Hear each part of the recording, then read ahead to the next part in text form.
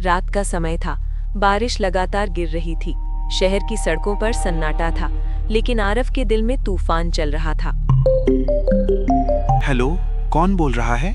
इतनी रात को कॉल क्यों किया? अगर तू सच जानना चाहता है तो कल सुबह पुराने अस्पताल के पीछे आ जाना, अकेले। कौन हो तुम? क्या बकवास है ये? तेरे पिता की मौत हादसा नहीं थी। पापा की मौत हादसा नहीं थी? ये कौन था? अगली सुबह आरव अपनी माँ से बात करने की कोशिश करता है, लेकिन माँ हमेशा की तरह बात टाल देती है। पापा की मौत के बारे में आप कभी कुछ नहीं बताती, क्यों? कुछ बातें जानने से जिंदगी आसान नहीं होती बेटा। लेकिन माँ, कल रात किसी ने फोन किया। उसने कहा पापा की मौत हादसा नहीं थी। ये सब झूठ है, तू इन बातों में मत पड़। आप डर क्यों रही हैं माँ? क्योंकि मैं नहीं चाहती कि तू भी वही सब झेले जो मैंने झेला। आरव तय जगह पर पहुंचता है। बारिश रुक चुकी थी, लेकिन माहौल भारी था। मैं आ गया, बाहर आओ। चिल्ला मत, कोई देख लेगा। तुम कौन हो और मेरे पापा के बारे में क्या जानते हो? मैं तुम्हारे पापा का पुराना दोस्त हूँ और वही इंसान जिसने उनकी आखिरी सांसें देखी थी। तो सच बताओ, क्या हुआ था उस रात? उस रात तुम्हारे पापा ने किसी का बहुत बड़ा कर्ज उतारने से इनकार कर दिया था। राघव धीरे धीरे सच खोलता है, लेकिन हर शब्द के साथ। किसका कर्ज? पापा तो हमेशा ईमानदार थे। इसी ईमानदारी ने उनकी जान ले ली। मतलब साफ बोलो। शहर का सबसे बड़ा बिल्डर करण मल्होत्रा, उसने गैर कानूनी काम के लिए तुम्हारे पापा की मदद मांगी थी और पापा ने मना कर दिया। हाँ, और उसी रात क्या? उन्हें धमकाया गया और फिर हादसे की तरह सब खत्म कर दिया गया। आरव सीधे पुलिस स्टेशन पहुंचता है, लेकिन वहां भी सच आसान नहीं होता। बेटा, ये मामला सालों पुराना है और हादसा साबित हो चुका है। हादसा नहीं था सर, ये हत्या थी। सबूत है तुम्हारे पास? अभी नहीं, लेकिन मैं ला कर दिखाऊंगा। जज्बात से नहीं, सबूत से केस चलता है। आरव घर लौटता है और माँ से सीधे सच पूछता है। माँ, अब और नहीं, सच बताइए, क्या पापा को किसी ने मारा था? हाँ बेटा, लेकिन मैं तुझे उस अंधेरे में नहीं धकेलना चाहती थी।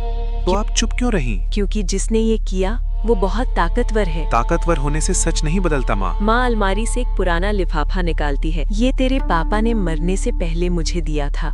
इसमें क्या है? उस बिल्डर की काली कमाई के कागज। तो फिर आपने पुलिस को क्यों नहीं दिए?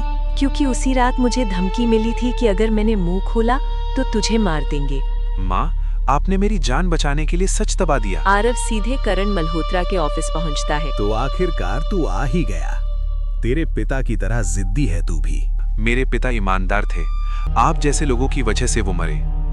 मरे? बेटा, इस शहर में ईमानदारी सबसे महंगी चीज है। तो आपने उन्हें मरवाया? सबूत है? हाँ, और बहुत जल्द पूरी दुनिया को पता चलेगा। आरव राघव और इंस्पेक्टर शर्मा के साथ मिलकर एक योजना बनाता है। अगर हमें उसे रंगे हाथों पकड़ना है तो हमें उसे उकसाना होगा। वो तभी गलती करेगा जब उसे लगेगा कि सबूत हमारे पास है। तो उसे लगेगा और वो खुद अपना सच बोलेगा। आरव करण से मिलने जाता है। इस बार चुपके से रिकॉर्डिंग चालू रहती है। आपको डर क्यों लग रहा है? अगर आपने कुछ नहीं किया तो? डर? मुझे डर उनको लगता है जिनके हाथ गंदे होते हैं। तो फिर मेरे पिता को क्यों धमकाया गया? क्योंकि वो मेरी राह में आ गया था। मतलब आपने? हाँ, मैंने करवाया था उसका एक्सीडेंट। अब खुश? रिकॉर्डिंग के साथ पुलिस करण को गिरफ्तार करती है। करण मल्होत्रा, तुम गिरफ्तार हो। तुम जानते नहीं मैं कौन हूँ।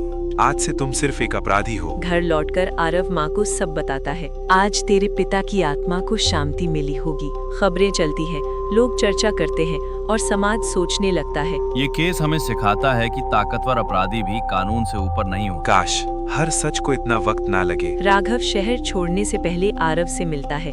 तूने वो कर दिखाया जो मैं सालों से नहीं कर पाया। आपने साथ दिया, इसलिए मैं कर पाया। ईमानदारी भारी पड़ती है बेटा, लेकिन अंत में वही जीतती है। पापा, मैंने आपका सच दुनिया तक पहुंचा दिया। और आज से हमारा डर खत्म हो गया। क्योंकि जहां सच होता है वहां डर ज्यादा देर टिक नहीं सकता।